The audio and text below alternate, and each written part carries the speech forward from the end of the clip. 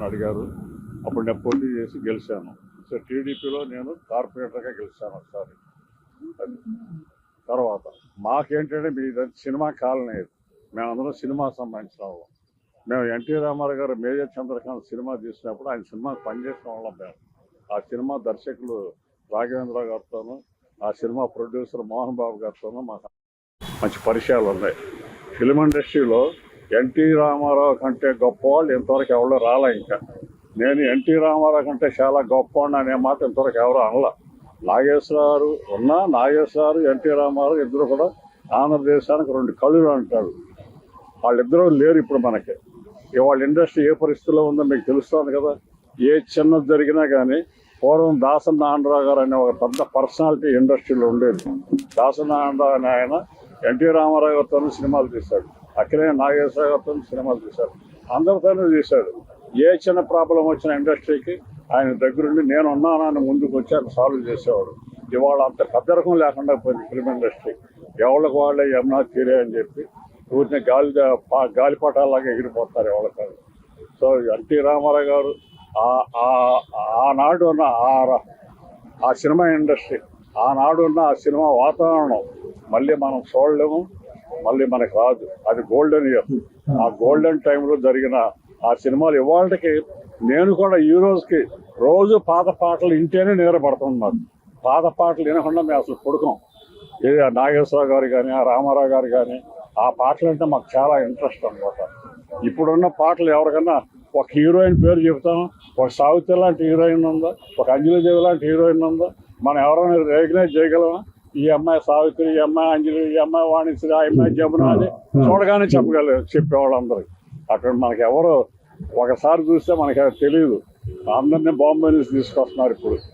కాబట్టి NT Rama Rao is the greatest personality Telugu film industry and at the same time Telugu states, that is Andhra, Telangana. ఆయన ఉన్నప్పుడు అన్నీ కలిసే ఉండేది. ఇప్పుడంటే విడిపోయింది కాబట్టి ఎవరి కాలం సపరేట్గా చేసుకుంటున్నా. కానీ ఇప్పటికైనా సరే ఎన్టీ రామారావు పేరు చెప్తే అందరూ కూడా ముందుకు వచ్చేవాళ్ళు, కానీ వెనక్కి వెళ్ళేవాళ్ళు ఎవరు లేరు. Thank you very much. ఎందుకంటే నా పేరు కాదా సూర్యనారాయణ, నేను మాజీ కార్పొరేటర్ టీడీపీ.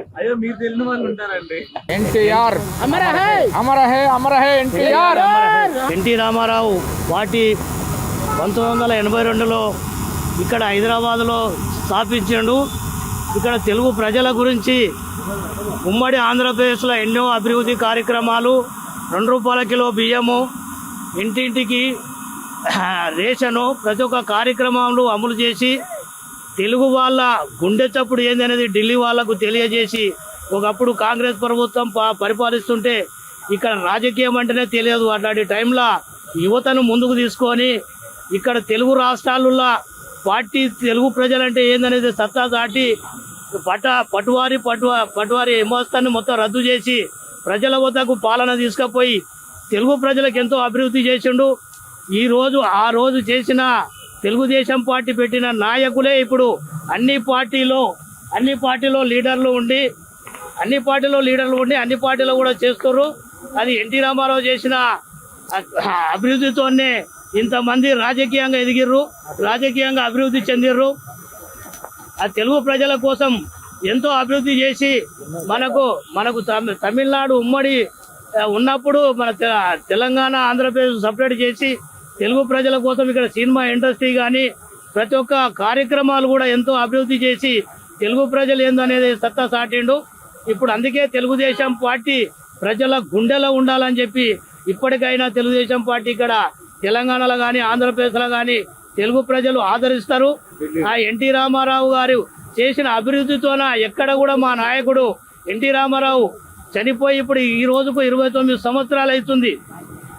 29 సంవత్సరాలు అవుతుంది చనిపోయి. ఇప్పటికైనా కూడా ఎక్కడైనా కానీ ఏ పార్టీలో ఉన్నా మన అభిమాన నటుడు ఎన్టీ రామారావు కానీ అక్కడ సినిమా ఇండస్ట్రీ కానీ ఇక్కడ రాజకీయంగా కానీ ఎంతో అభివృద్ధి చెంది ఎంతో ప్రజల కోసం ఎంతో సేవ చేసిన నాయకుడు. అలాంటి నాయకుడు ఇంకా ఇట్లా రాజకీయాల్లో కానీ ఎక్కడ కూడా ఇట్లాంటి నాయకుడు పుట్టాడని చెప్పి మేము తెలియజేస్తున్నాం. మేము కూడా ఇప్పుడు ఎన్టీ రామారావు పెట్టిన పార్టీ నుంచి ఇప్పటి వరకు తెలుగుదేశం పార్టీలో ఉన్నాం. ఏ పార్టీలో కూడా మనం ఎంత పర్ఫెక్ట్గా ఉంటామనేది కూడా ఆయన చేసిన అభివృద్ధితోనే ఎందుకంటే తెలుగుదేశం పార్టీ ఇక్కడ లేదంటారు. పుట్టిందే తెలుగుదేశం పార్టీ. హైదరాబాదు నడిపోటుల ఎన్టీ రామారావు 82లో స్థాపించిండు. ఇప్పుడే కాదు ఎప్పటికి కూడా తెలంగాణలో తెలుగుదేశం పార్టీ జెండా రెపరెపలాడుతుంది. అది ఎన్టీ రామారావు శ్వాసతోనే ఇక్కడ తెలుగుదేశం పార్టీని ముందుకు తీసుకొచ్చి నడిపిస్తామని చెప్పి తెలియజేస్తున్నాను. జై తెలుగుదేశం.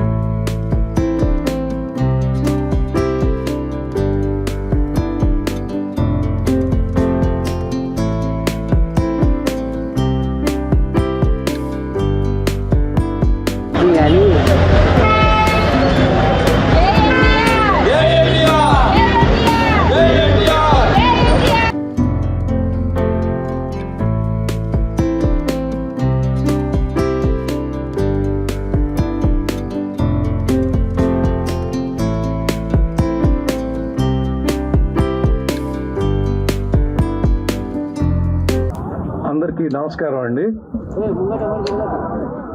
నేను 1961 సంవత్సరం నుంచి అన్నగారి అభిమాని.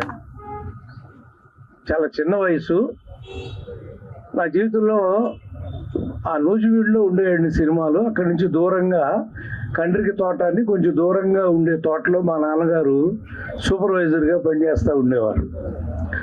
ఆ రోజున సీతారామ కళ్యాణం చూడాలని నేను వెళితే కరెంటు పోయింది, మళ్ళీ పోయింది. ఆయన వేస్తామన్నారు. ఒక్క అభిమాని కూడా అక్కడి నుంచి కదలేదండి. అందరం అట్లాగే కూర్చున్నాం. తెల్లవారుజామున 3 గంటలకి ఆ షో వేశారండి. ఆ టైంలో అన్నగారి సినిమా సీతారామ కళ్యాణం చూడటం జరిగింది. ఆనాటి నుంచి నేను ఆయనకి పరమ భక్తుడినండి, అభిమాని అన్నది నేను. ఎందుకంటే ఎన్టీ రామారావు గారు దైవం అండి. చాలా మందికి తెలియదు అది. ఆయన వెంకటేశ్వర స్వామి ఎలా కలియుగ దైవమో అన్న ఎన్టీ రామారావు గారు మా అందరికీ దైవం అండి. ఆయన్ని నమ్ముకున్న వాళ్ళందరూ ఎంత బాగున్నారో నాకు తెలుసండి.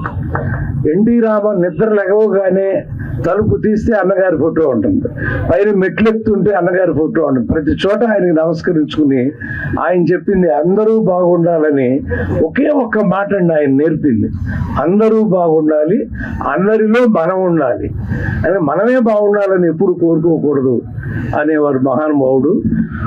అలా ఒక అభిమానిగా తెల్లారుజామున సినిమా చూసిన నేను ఆయన సినిమాకి మాటలు కథ రాసే భాగ్యం కలుగుతుందని ఈ జన్మలో కూడా నేను ఊహించలేదండి. చండశాస్త్రుడు మొట్టమొదట వారు పిలిపించి 1981లో ఆయన అమ్మ తారకమ్మ వడ్డిస్తుంటే ఆ అన్నం తింటూ నాకు దుఃఖం వస్తుందండి. ఆ దృశ్యం గుర్తుకు వస్తుంటే పక్కన కూర్చుని ఏ మొహట పడకండి తినండి అని ఆయన అక్కడ కూర్చుని అవన్నీ కూడా నేను మర్చిపోలేండి. తర్వాత అనురాగ దేవత ఆయన రిలీజ్ అయిన సినిమా వేరే కానీ ఆఖరి నటించిన మేజర్ చంద్రకాంత్ కూడా మేమే రాసామండి. సూపర్ హిట్ సినిమా మీకు తెలుసు. అలా ఆయనతో ఒక అనుబంధం. రామారావు గారు అభిమానిని అని చెప్పుకోవటానికి ప్రతి అభిమాని ఈ ప్రపంచంలో ఉన్నవాళ్ళు గర్వపడతామండి. ఎందుకంటే సమాజం కోసం జీవితాన్ని త్యాగం చేసిన మహానుభావుడు నందమూరి తారక రామారావు గారు. ఇక్కడ ఫిలిం నగర్లో మా మోహన్ కృష్ణ వారి యొక్క సహకారంతో అద్భుతంగా అన్న దైవము అని తెలవటం కోసం శ్రీకృష్ణుడి విగ్రహం పెట్టారు చూడండి. ఇక్కడ ఆయన దైవమే అని తెలవటం కోసం ప్రతిరోజు ఇటు వెళ్ళే వాళ్ళు ఆయనకి దండం పెట్టకుండా ఎవరు వెళ్ళరు. అలా ఆయన్ని దైవ స్వరూపుడుగానే మేము చూస్తూ ఉంటాము అని మీ అందరికీ తెలియజేస్తూ, అన్న మళ్ళీ పుట్టన్న ఈ తెలుగు గడ్డ మీద నువ్వు రావాలి, మళ్ళీ తెలుగు జాతి ఇంత ఎత్తున ఉవెత్తున లెగవాలి అని కోరుకుంటూ సెలవు తీసుకుంటా. తెలుగు జాతి గౌరవాన్ని ఒక్క తెలుగుదేశంలోనే కాదు, తెలుగు రాష్ట్రాల్లోనే కాదు, భారతదేశంలోనే కాదు, యావత్ ప్రపంచం ఇవాళ తెలుగు జాతి గౌరవాన్ని దశ దిశలా వ్యాపింపజేసింది నందమూరి తారక రామారావు గారు. ఒక ప్రజానాయకుడిగా, ఒక కథానాయకుడిగా వారు ఉన్న రోజులు సినిమా ఇండస్ట్రీలో వారు చేసిన గొప్ప పాత్రల గురించి మీ అందరికీ తెలిసిందే. అలాగే ఒక ప్రజానాయకుడిగా నాకు తెలిసి అంత గొప్ప ముఖ్యమంత్రి, ఎన్నో గొప్ప పథకాలు, ఎందరికో మంచి చేసి అంత నిస్వార్థంగా ఉన్న ఒక మహానాయకుడు నందమూరి తారక రామారావు గారు. మరి అటువంటి ఈ మహానాయకుడికి భారతరత్న ఇవ్వకపోతే ఇంకా ఎవరికి భారతరత్న ఇస్తారు? మరి ఇవాళ విగ్రహాలు పెట్టటాలు, వారి పేరు మీద ఉన్న పార్టీని ముందుకు తీసుకెళ్తాలు ఇలాంటివే కాదు, వారికి భారతరత్న ఇవ్వాలని మనం అందరం ఉద్యమం చేయాలి. నందమూరి తారక రామారావు గారికి భారతరత్న తీసుకురావాలని పోరాడాలి. ప్రపంచ వ్యాప్తంగా ఉన్న తెలుగు ప్రజలకు, అభిమానులకు, మనందరికీ ఆరాధ్య దైవమైన విశ్వవిఖ్యాత శ్రీ నట సార్వభౌమ శ్రీ నందమూరి తారక రామారావు గారి 29వ వర్ధంతి సందర్భంగా మనందరం ఇక్కడ ఆయనకి నివాళి అర్పిస్తానికి ఇవాళ మనం ఏకమయ్యాము. భౌతికంగా ఆయన మన మధ్యలో లేకపోయినా మన అందరి గుండెల్లో ఉన్నారు, మన ఆలోచనలో ఉన్నారు. మనం ఏ పని చేసినా ఆయన్ని దృష్టిలో పెట్టుకుని ముందుకు నడవాల్సిన అవసరం ఎంతో ఉంది. ఈ పంచభూతాలు ఉన్నంత కాలం, ఈ సూర్యచంద్రులు ఉన్నంత కాలం ఆయనకి మరణం లేదు. ఆయన ఎన్నో సినిమాల్లో బ్రహ్మాండమైన పాత్రలు పోషించి మనని మెప్పించారు. సినిమాకి ఆయన ఒక ధృవతార. ఒక రాముడు, కృష్ణుడు అంటే ఆయన్ని తప్ప మరొకరిని ఊహించుకోలేము. రాముడు, రావణాసుడు, కృష్ణుడు, దుర్యోధనుడు, కీచకుడు, భీముడు, ఇట్లా నాయకుడు, ప్రతినాయకుడు, దేవుడు, రాక్షసుడు పాత్రలు పోషించి మెప్పించగలిగింది అది ఒట్టి ఎన్టీఆర్ గారే. అట్లానే తెలుగు ప్రజల ఆత్మ గౌరవం కోసం టీడీపీ పార్టీని పెట్టి 9 నెలల స్పాన్లోనే గవర్నమెంట్ని ఫామ్ చేశారు. ఆయన ఒక పొలిటీషియన్ కన్నా, ఒక సీఎం కన్నా, ఒక సోషల్ రిఫార్మర్గా అని నేను చెప్తున్నాను. ఎందుకంటే ఆయన ఎన్నో పథకాలు తీసుకొచ్చి ఎంతో మందికి అభివృద్ధి చెందేలాగా చేశారు. కూడు, గుడ్డ, నీడ అన్ని అందేలాగా చేశారు. 2 రూపాయలకి కిలో బియ్యం, తర్వాత మహిళా యూనివర్సిటీ, అండ్ అట్లానే సమానంగా ఆస్తి హక్కు సమానంగా వచ్చేటట్టు ఏర్పాటు చేశారు ఆ మహానుభావుడు. ఇవాళ ఇక్కడ మన సన్నిహితులు, మన శ్రేయోభిలాషులు అందరూ ఇక్కడ మనతో ఉండటం నా అదృష్టంగా భావిస్తున్నాను. మా తాతగారికి పాదాభివందనాలు చేసుకుంటూ ఆయన అడుగు జాడల్లోనే మనందరం అడుగుదామని తెలియచేసుకుంటున్నాను. జై ఎన్టీఆర్. ఈ రోజున మా నాన్నగారి 29వ వర్ధంతి జరుపుకుంటున్నాం. భౌతికంగా ఆయన మన మధ్యన లేకపోయినా ఆయన ఆత్మ మన చుట్టూ పరిభ్రమిస్తూనే ఉంటుంది. సూర్యచంద్రులు ఉన్నంత కాలం ఆయన పేరు అలాగే నిలిచిపోయి ఉంటుంది. ఆయన సినిమా రంగంలో ఎన్నో విభిన్నమైన పాత్రలు పోషించారు, మెప్పించారు కూడా. వయసుకు మించిన పాత్రలు, ప్రతి నాయకుడు పాత్రలు, నాయకుడి పాత్ర వేసి ఆయన జనాన్ని మెప్పించారు. అలాగే చిత్ర రంగంలో కానీ, రాజకీయ రంగంలో కానీ ఆయన పెను సంచలనాలు సృష్టించారు. ఎన్నో పథకాలు తీసుకొచ్చారు రాజకీయ రంగంలో. ఇలా ఇందాక మా అమ్మాయి చెప్పినట్టు ఆడవారికి ఆస్తిలో సమాన హక్కు, 2 కిలోల బియ్యం 2 రూపాయలకి, కిలో బియ్యం 2 రూపాయలకి. అలాగే పటేల్ పట్వారీ విధానం రద్దు చేశారు ఆయన. అండ్ ఆ పథకం ద్వారా తెలంగాణలో అందరికీ ఎంతో మేలు జరిగింది.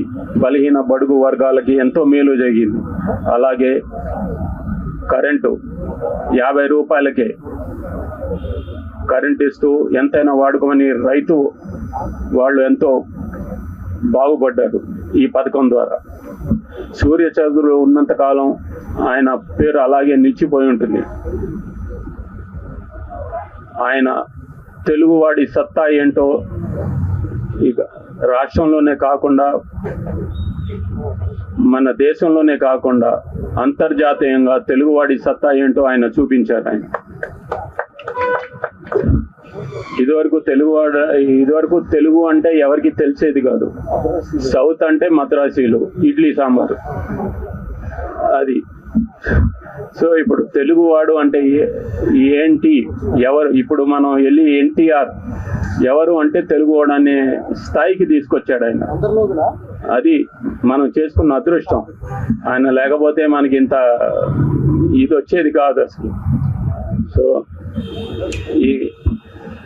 ఇంకోసారి ఈ వర్ధంతి సందర్భంగా ఆయన్ని తలుచుకుంటూ ఆయనకి పాదాభివందనం చేస్తూ ఇక్కడికి విచ్చేసినటువంటి జూబ్లీ హిల్స్ శాసనసభ్యులు మాగంటి గోపీనాథ్ గారికి, పెద్దలు పర్చూరి గోపాలకృష్ణ గారికి, మరియు మాదాల రవి గారికి, అట్లాగే కార్పొరేటర్ వెంకటేష్ గారికి, మరి మన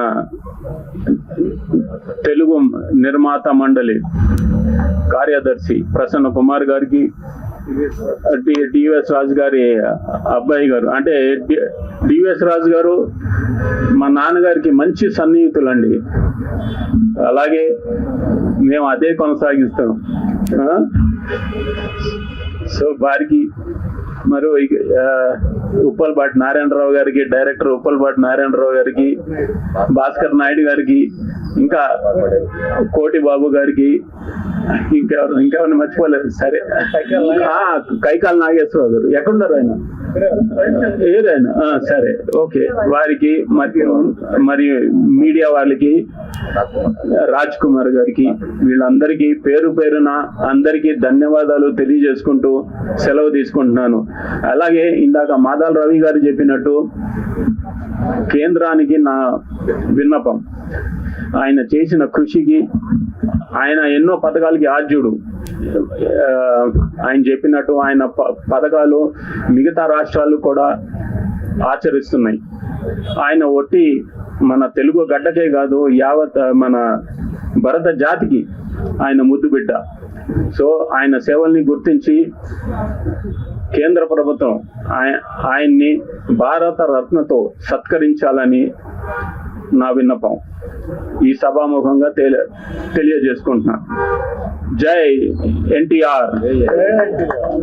ఇప్పటికి పార్టీలకు అతీతంగా అన్నగారి అభిమానంతో స్వయంగా అన్న దగ్గరుండి ఈ కార్యక్రమం అందరిని ఆరంభం చేసి, అందరిని పెద్దలు పిలిచి, సొసైటీ వాళ్ళని కానీ, సినిమా అందరినీ పిలిపించి సక్సెస్ఫుల్ చేసిన అందరికీ మనస్ఫూర్తిగా ప్రేమకొస్తున్నాను.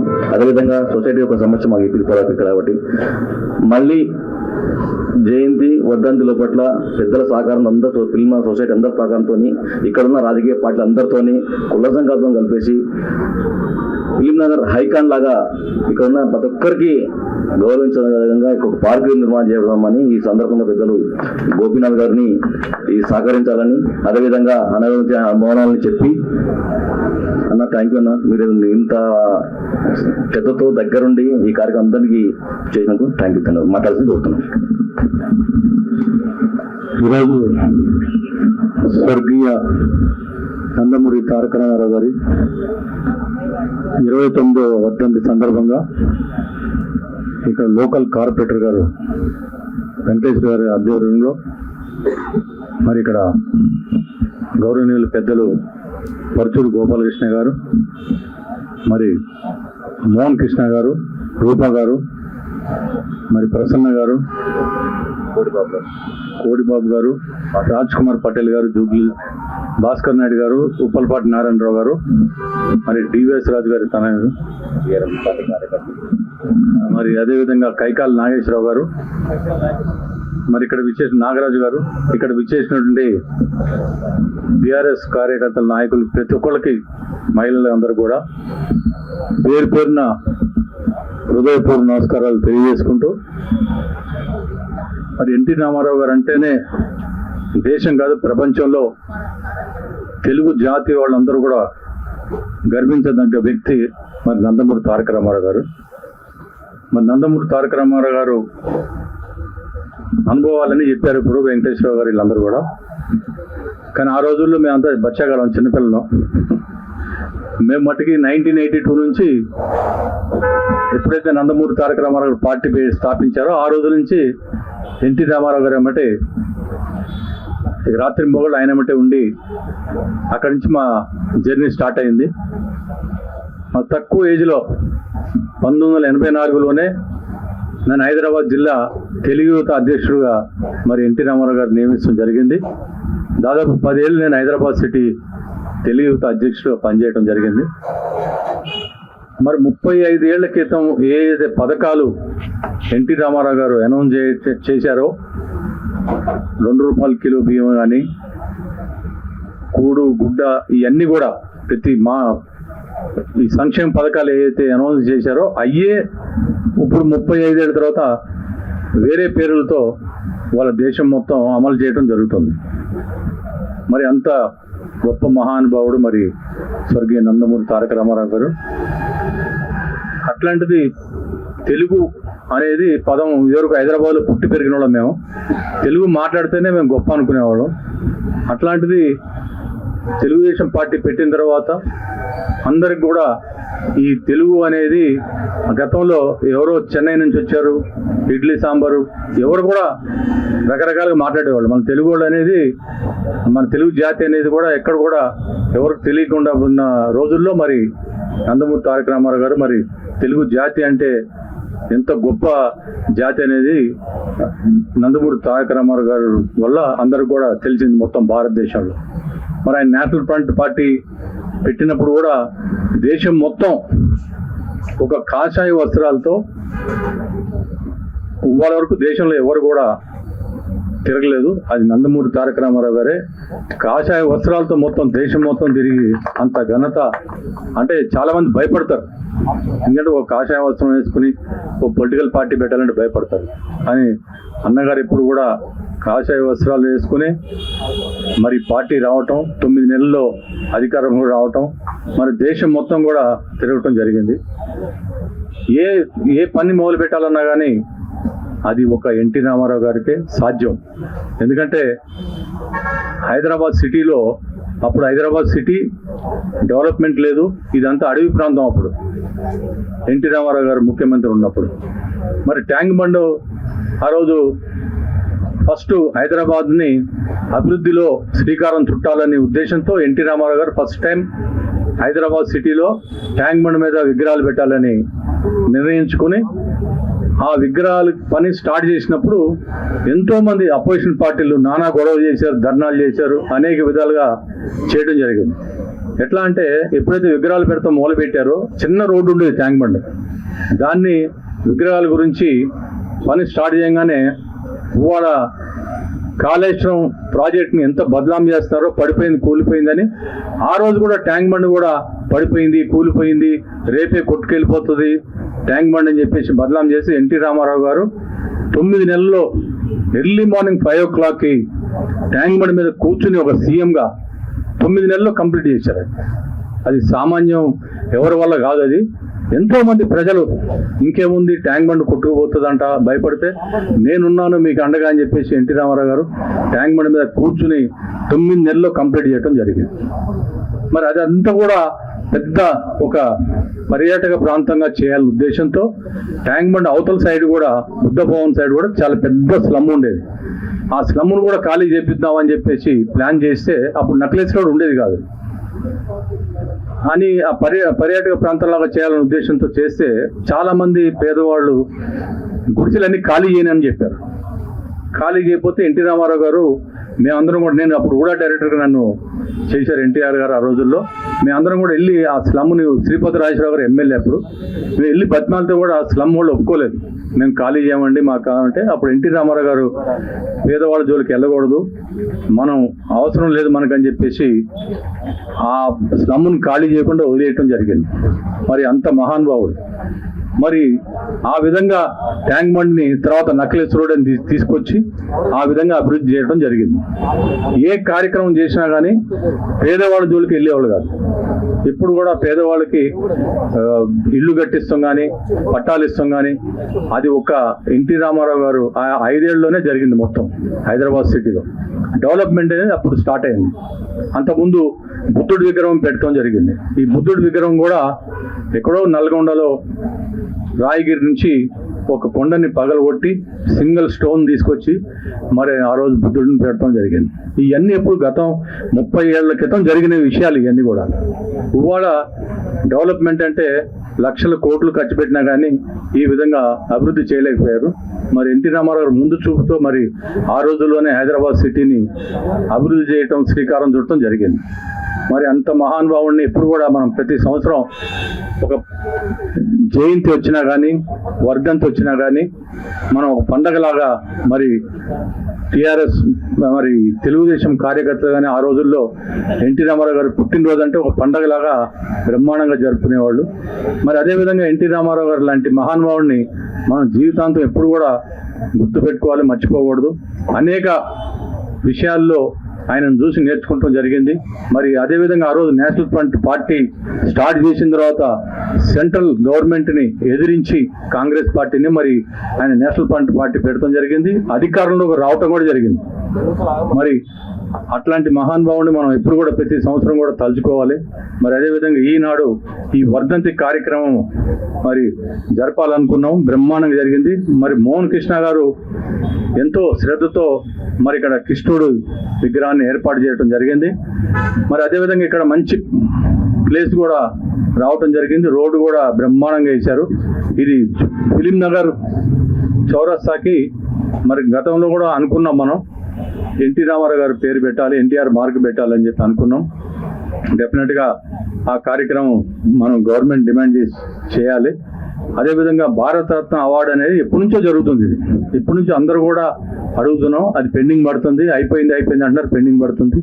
డెఫినెట్గా ఈ భారతరత్న అవార్డుకి మనం అందరం కూడా సపోర్ట్ చేసి ఇట్లాంటి వ్యక్తులు మరి భారతదేశంలో ఇంత మహానుభావుడు మరి ఎవరు కూడా వాళ్ళ వరకు ఈ విధంగా డైరెక్ట్గా పార్టీ పెట్టి డైరెక్ట్గా ఎదుర్కొన్న వ్యక్తి ఒక నందమూరి తారక రామారావు కాబట్టి ప్రతి సంవత్సరం ఇదే విధంగా ఇంకా బ్రహ్మాండం చేద్దాం. ఇక్కడ లోకల్ ఉన్న లీడర్స్ అందరూ కూడా సహకరిస్తున్నారు. అందరం కూడా బ్రహ్మాండంగా చేసి మనం రాబోయే రోజుల్లో ఇంకా బాగా ఈ కార్యక్రమాలు చేయాలని చెప్పేసి కోరుకుంటూ నాకు ఈ అవకాశం ఇచ్చినందుకు ప్రతి ఒక్కరికి ధన్యవాదాలు తెలియజేస్తూ సెలవు తీసుకుంటాను. జై ఎన్టీఆర్, జై ఎన్టీఆర్. 1982లో నేను పూణేలో MBA చదవడానికి వెళ్ళినప్పుడు యు ఆర్ ఫ్రమ్ అన్నాడు. అంటే నేను ఆంధ్రప్రదేశ్ అన్నా. వాడు వేర్ ఈజ్ ఆంధ్రప్రదేశ్ అన్నాడు. సౌత్ ఇండియా అన్నా. వేర్ ఈజ్ సౌత్ ఇండియా అన్నాడు. ఇంకేం చెప్పాలో తెలియక ఇండియా అన్నా. వాడు జాలిపడి అరే పాప వీడికి సరిగ్గా తెలియట్లేదని చెప్పి ఓ యూ మద్రాసి అన్నాడు. సరే ఏదో ఒకటి మన చుట్టుపక్కల ఏదో ఊరు పేరు చెప్పాడు కానీ యా అని చెప్పన్నా. అలాంటి కర్మ నుంచి 1982లో తెలుగువాడి ఆత్మగౌరవ నినాదంతో 9 నెలల్లో పార్టీ పెట్టి అధికారంలోకి వచ్చి తెలుగువాడంటే ఏంటో ప్రపంచానికి తెలియజెప్పి తెలుగువాడి సత్తా, తెలుగువాడి పౌరుషం, తెలుగువాడి ఇది అంటే జనరల్గా తెలుగు వాళ్ళు ఏంటంటే ఏదో మనకి ఒక టైంలో రాజాజీ గారు అన్న అంట వీళ్ళు ఆరంభ స్వరత్వం వెళ్ళాడినాడు వీళ్ళు ఏమి చేయలేరండి అని. అప్పుడు పొట్టి శ్రీరాములు గారు చనిపోయేదాకా వచ్చి అప్పుడు ఘంటసాల గారు ఎలుగెత్తి చాటితే అప్పుడు తెలుగు ప్రజలు ముందుకు ఉరికితే అప్పుడెప్పుడో ఉరికిన తర్వాత ఒక్క ప్రభంజనం లాగా ఎన్టీ రామారావు పిలుపుతో ఒక్కసారి తెలుగువాడి సత్తా ప్రపంచానికి తెలియజేస్తూ మళ్ళా ఆయన సినిమాలు ఇవాళ పాన్ ఇండియా అంటున్నారు. ఆయన 6వ సినిమా పాతాళ భైరవి అది తెలుగు, తమిళ, హిందీ పాన్ ఇండియా పెద్ద సూపర్ హిట్. హిందీలో కూడా 175 రోజులు ఆడిన సినిమా. అలాగే తెలుగులో సంతోషం అని చెప్పి, హిందీలో నయా ఆద్మీ అని చెప్పి అది మోర్ దాన్ 100 డేస్ ఆడింది బాంబేలో. దాని తర్వాత చండీరాణి తెలుగు, తమిళ, హిందీ అన్ని చోట్ల ఆడింది. ఆడిన తర్వాత సుందర్లాల్ మెహతా గారు నేను మీకు ₹1,00,00,000 రెమ్యునరేషన్ ఇస్తానండి, కృష్ణుడు వేషం మీరు హిందీలో ఇయ్యండి అని అంటే సారీ అండి నా సేవలో నేను ఓన్లీ తెలుగు వాళ్ళకు మాత్రమే పరిమితం, నేను బయటికి చెయ్యను అని చెప్పి ₹1,00,00,000 తిరస్కరించి కేవలం ₹10,000 ఆయన సినిమాల్లో యాక్ట్ చేశారు. తర్వాత ఎన్నోసార్లు చెప్పారు దాసరి నారాయణరావు గారు.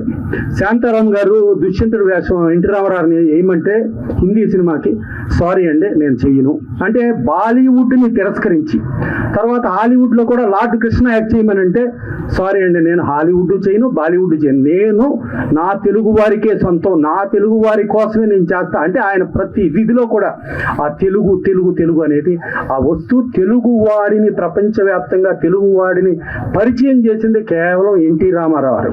అలాంటి మహానుభావుడు మన హైదరాబాదు నడిబొట్టున ఎమ్మెల్యే క్వార్టర్స్ లో తెలుగువాడి ఆత్మగౌరవ నినాదంతో మనకి 9 నెలల ప్రభుత్వాన్ని ఏర్పాటు చేసిన దానికి పార్టీ పెట్టింది ఎమ్మెల్యే క్వార్టర్స్. తర్వాత భారతదేశంలో ఉన్న నాయకులందరినీ మన పెరేడ్ గ్రౌండ్స్ తీసుకొచ్చి ఇక్కడ ర్యాలీలు చేసి పసుపు మయం చేశారు హైదరాబాద్లో.